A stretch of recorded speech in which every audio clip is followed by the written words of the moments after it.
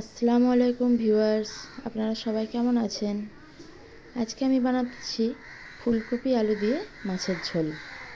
ফুলকপি আমাদের অনেক প্রিয় একটি সবজি। আপনাদের কাদের কাদের ভালো লাগে অবশ্যই কমেন্টে জানাবেন। তো চলুন এবার শুরু করা যাক। এখানে আমি দুটো মাছের মাথা, একটি লেজ আর একটি পিস নিয়েছি। এবার আমি মাছগুলোতে নুন, হলুদ আর লঙ্কা গুঁড়ো ভালো করে দু পিঠ মাখিয়ে নেব।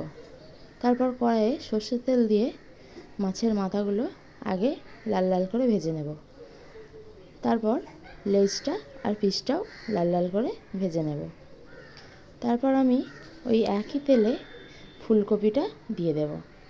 ফুলকপিটা একটু ভাজা ভাজা হয়ে গেলে গন্ধটা খুব সুন্দর লাগে। দিয়ে দেব লবণ আর পরিমাণ মতো হলুদ। ফুলকপিটা হালকা লাল করে ভেজে নিয়েছি। এবার আমি প্রেসার কুকার নিয়ে নেব। এখানে দেব সর্ষের তেল, দুটো পেঁয়াজ কুচো আর তিনটে মতো কাঁচা লঙ্কা। পেঁয়াজ আর লঙ্কা হালকা ভাজা ভাজা হয়ে গেলে তাতে আমি কেটে রাখা আলুটা দিয়ে দেব আর দিয়ে দেবো একটা টমেটো কুচো।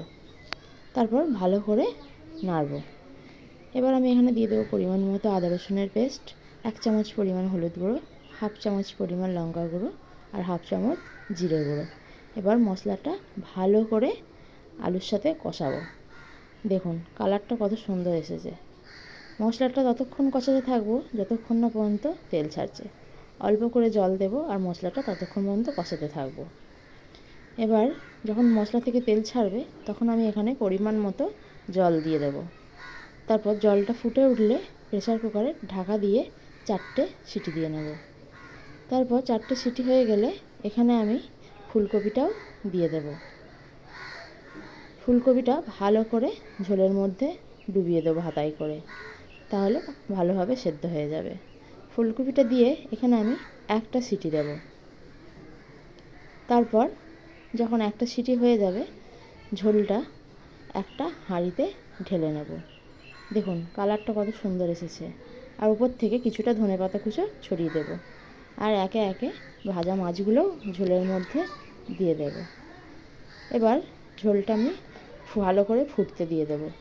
যতক্ষণ না পর্যন্ত ফুটবে না মাছগুলো ভালো করে ঝোলের মধ্যে আমি ডুবিয়ে দেব। দেখুন ঝোলটা ভালোভাবে ফুটে গেছে। এবার আমি একটা পাত্রে খাবারের জন্য তুলে নেব। ভিডিওটি যদি ভালো লাগে লাইক করে দেবেন, চ্যানেলটি সাবস্ক্রাইব করে দেবেন আর পারলে ভিডিওটি শেয়ার করে দেবেন।